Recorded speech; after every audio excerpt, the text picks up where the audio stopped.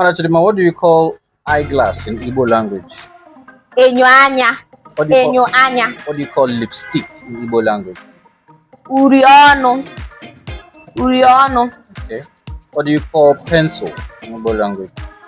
Mkpịsị nchicha. Mkpịsị nchicha. What about pen? Mkpịsị odee. What do you call whiteboard in Igbo language? Ugbo odee.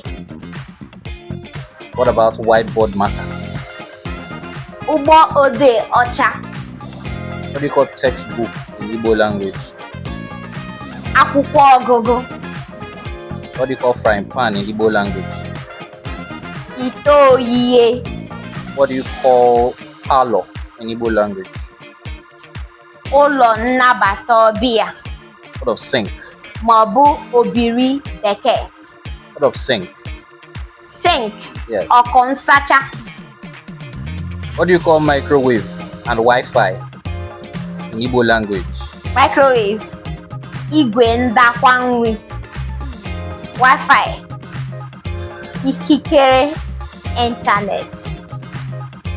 What do you call oven in Igbo language? Igwe nsikwa nri. What do you call Y junction in Igbo language? Ngalaba atọ. What do you call T junction in Igbo language? Ngalaba anọ.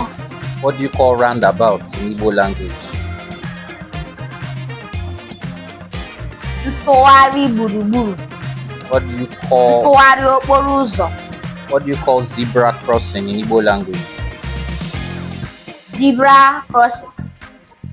Nke bụ zebra crossing.